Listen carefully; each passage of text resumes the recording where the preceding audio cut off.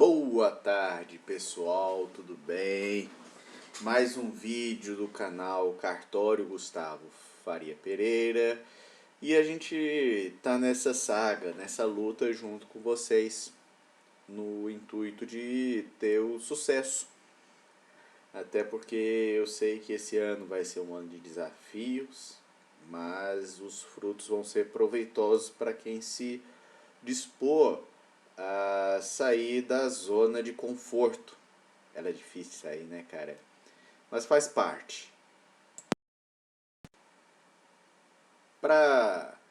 Então, já que é difícil sair da zona de conforto, vou fazer algumas questões como se fosse um pequeno plantão para vocês reforçarem o raciocínio jurídico de vocês que vão fazer concurso para a segunda fase em Santa Catarina ou aqui no estado de Goiás, e também esse ano vai ter a segunda fase em São Paulo. Eu sei que vai ter a primeira fase em março e a posteriori a segunda fase. Eu espero que muitos seguidores do canal estejam à disposição. Vou dispor no comentários do vídeo até para vocês mandarem a resposta no meu e-mail, se vocês quiserem, obviamente. Ninguém é obrigado a fazer nada.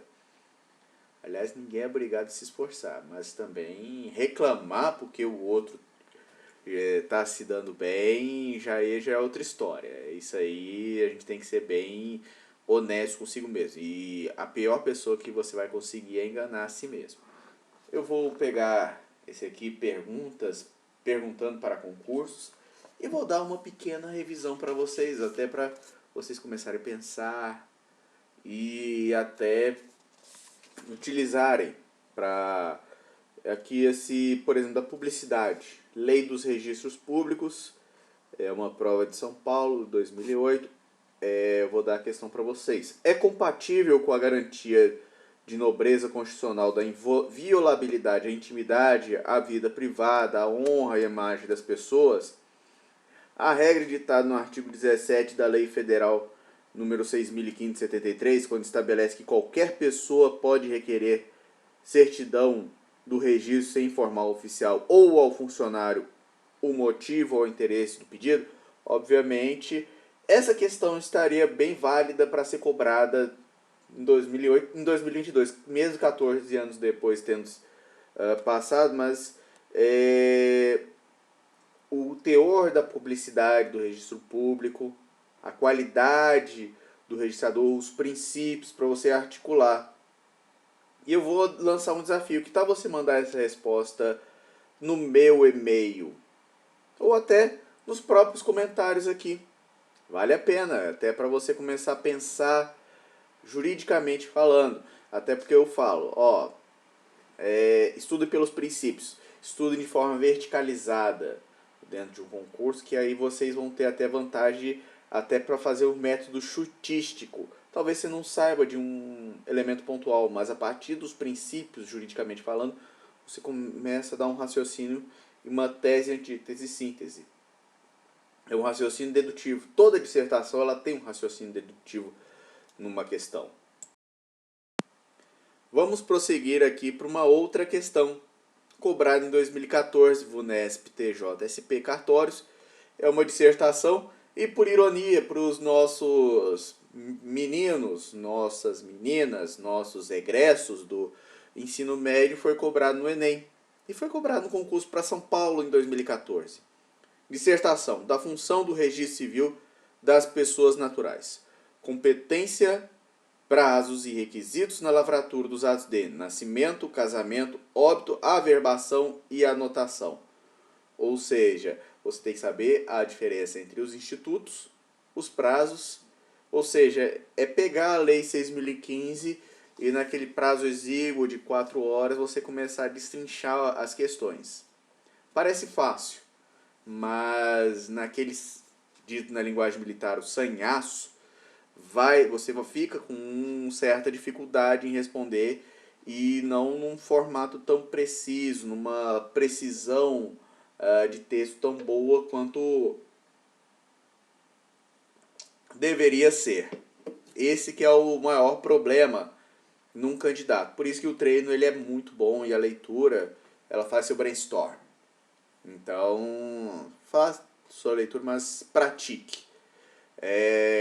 Querer fazer uma boa questão só lendo e sem praticar seria o mesmo que querer ser um bom atirador fazendo o curso online do Esperandio. Não estou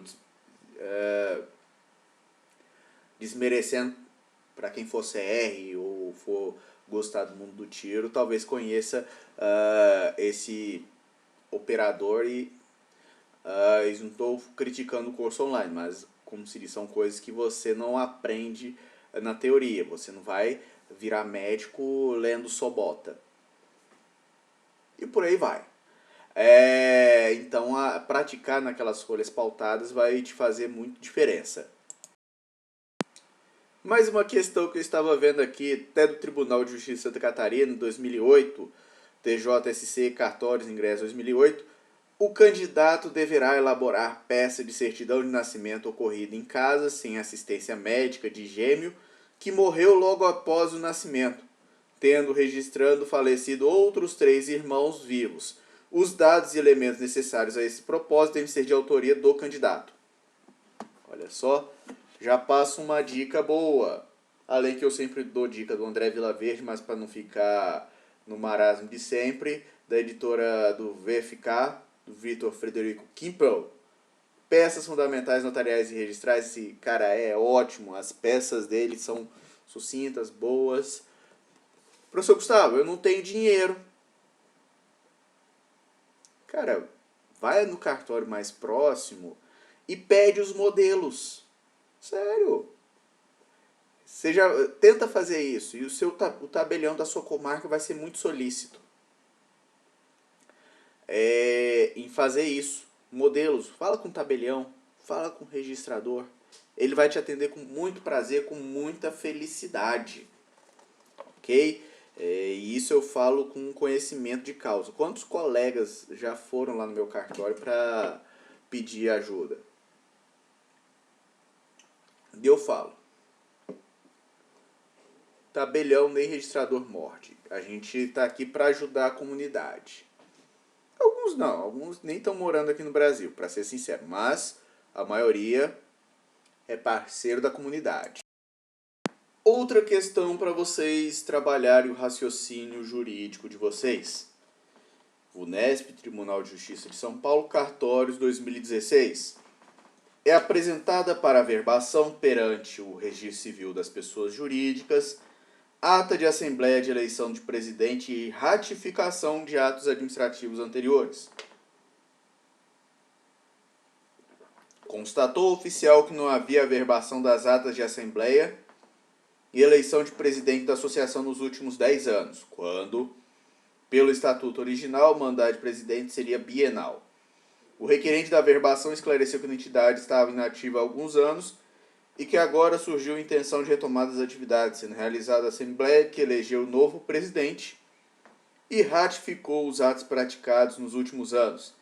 Indaga-se a respeito da admissibilidade dessa averbação e procedimento adequado. Vamos lá. Segundo o Tiago Ribeiro Soares, nesse livro ele sugere da forma seguinte. Aí você tem que ter o domínio do pensamento principiológico e do sistema de pessoas jurídicas. Ele fala da seguinte forma, vou ler para vocês. A ata de eleição SPEC não pode ser averbada no registro civil das pessoas jurídicas, merecendo qualificação negativa com a seguinte extração da nota de exigência. O efeito não é possível o registro per saltum das atas de assembleia de eleição do presidente, devendo ser obrigatoriamente observado o princípio da continuidade dos atos registrais. Olha só a principiologia. Continuidade dos atos registrais. Note-se por oportuno que a ausência de inscrição e formalização das decisões tomadas nas assembleias anteriores impede a verificação da regularidade e legitimidade da convocação da última reunião, que se pretende averbar. Assim, inviável a inscrição solicitada. Com efeito, o procedimento adequado para reorganização associativa e consequente retomada das atividades é o previsto no artigo 49 do Código Civil Brasileiro, o qual segundo o qual deve algum interessado requerer judicialmente a nomeação de administrador provisório. Esse administrador, por seu turno, será o responsável por retomar atividades associativas indispensável em convocar regularmente uma Assembleia Geral, que deliberará sobre a ratificação dos atos anteriores e elegerá um novo presidente. Após cumprida a formalidade acima, poderá ser averbada a referida ata, gerando os consequentes efeitos jurídicos. Uma questão importante, que não é da VUNESP, mas que seria até de bom grado, que foi extraído do Tribunal de Justiça do Paraná, que fala da seguinte forma, do IBFC, TJPR, Cartórios, Ingresso 2014, quais são as funções do registro de títulos e documentos? Qual a diferença entre as funções do registro de títulos e documentos e as funções do registro imobiliário? Ou seja, diferenciação entre o RTD e o RI. Você vai direcionando e a sistemática, você já vai pegando e destrinchando. E eu vou até falar a resposta. A serventia de registro de títulos e documentos foi criada em 1893 através do decreto 173 de 1893. Obviamente você não vai falar o histórico do RTD, e posteriormente regulamentado pela Lei Federal 973, de 2 de janeiro de 1903, para dar autenticidade e publicidade aos documentos, títulos e contratos realizados. Assim surgiu a especialidade, cuja lei foi praticamente copiada pela Lei 6.015, seus artigos 127 e 166, que houve uma modificação com a medida provisória 1085, atribuindo a ela a função de dar autenticidade de data, preferência de direitos, publicidade e conservação, desde que registrado ou averbado no livro B, que detém essa função. Os artigos 127, 129 e 160 apresentam o rol dos títulos, contratos, documentos a serem registrados ou averbados no serviço, sendo que os artigos 127 são todos facultativos. Já os demais artigos tratam do livro próprio, que são o livro A, protocolo, com função de dar prioridade aos direitos efeitos dos documentos ou títulos registrados. Livro B, com função de dar autenticidade, publicidade e conservação aos registros e averbações nele realizados de forma integral. Ponto e vírgula. O livro C, que dá autenticidade e publicidade aos registros e averbações de forma resumida. E o livro D, denominado indicador pessoal, cuja função é criar uma fonte de pesquisa segura para todas as buscas posteriores, pelo nome das partes envolvidas. Quem está dando essa resposta? Nada mais, nada menos, aliás, nivelando bem por alto esse livro, porque a autora da resposta é Vanusa de Cássia Arruda, ou seja, é um alto nível de resposta. A Juspod, ela tem uma característica de sempre encontrar pessoas boas e concurseiros. A Juspod é editora concurseira de concurseiros vitoriosos. Então, não estou fazendo jabá, como se diz. Gustavo, você publica pelo... legal, mas olha só o quanto de aprovados que ela botou. Então, o dono dessa editora merece ser canonizado, isso sim. Trato ainda de escrituração, conservação, emissão de certidões e cancelamento dos registros. É importante ressaltar o inciso 7º do artigo 127 da supracitada lei, cuja função é única nessa especialidade.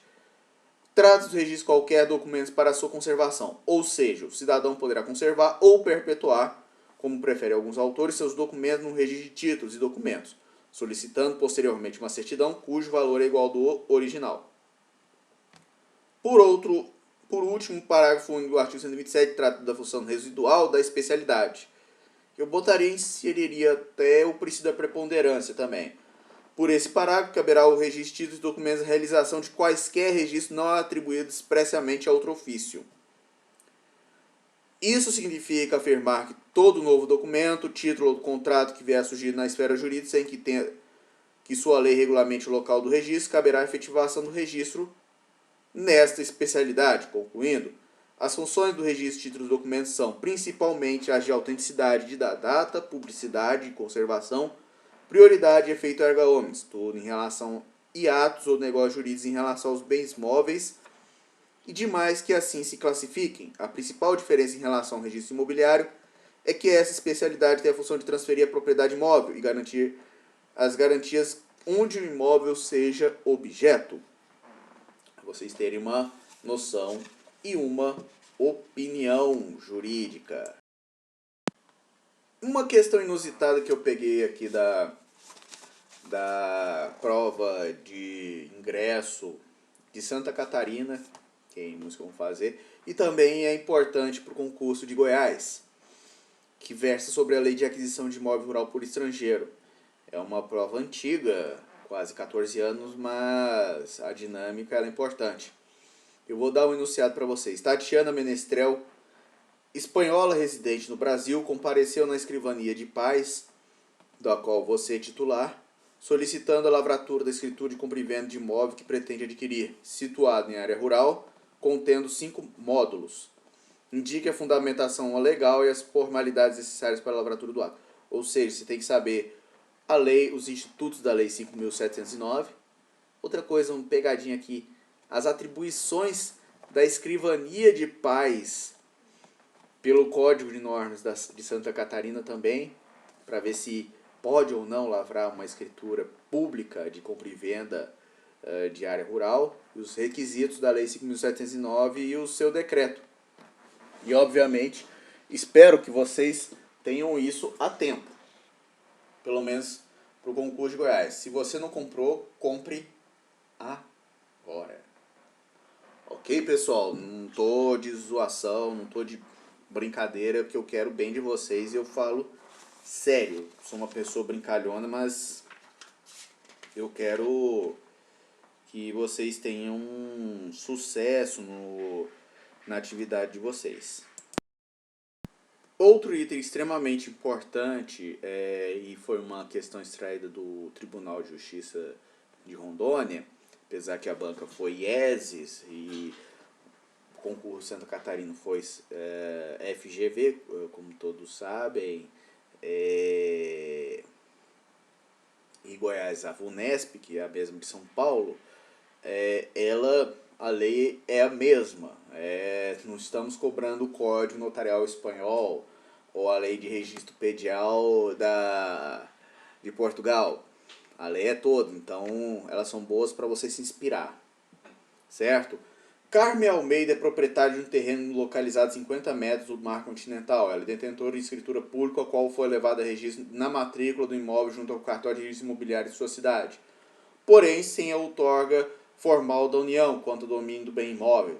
Neste ano, Carmen Almeida recebeu do Serviço Patrimônio da União uma notificação na qual constava sua obrigação de pagamento de taxa anual da taxa de ocupação. Qual o fundamento jurídico da cobrança de tal taxa da União? Apresente a base legal e quais são os critérios legais de cobrança da taxa de ocupação pela União. Apesar que, obviamente, não tem terrenos de marinha nesse estado de Rondônia, talvez se tiver, eu estou lendo de forma equivocada o mapa do Brasil.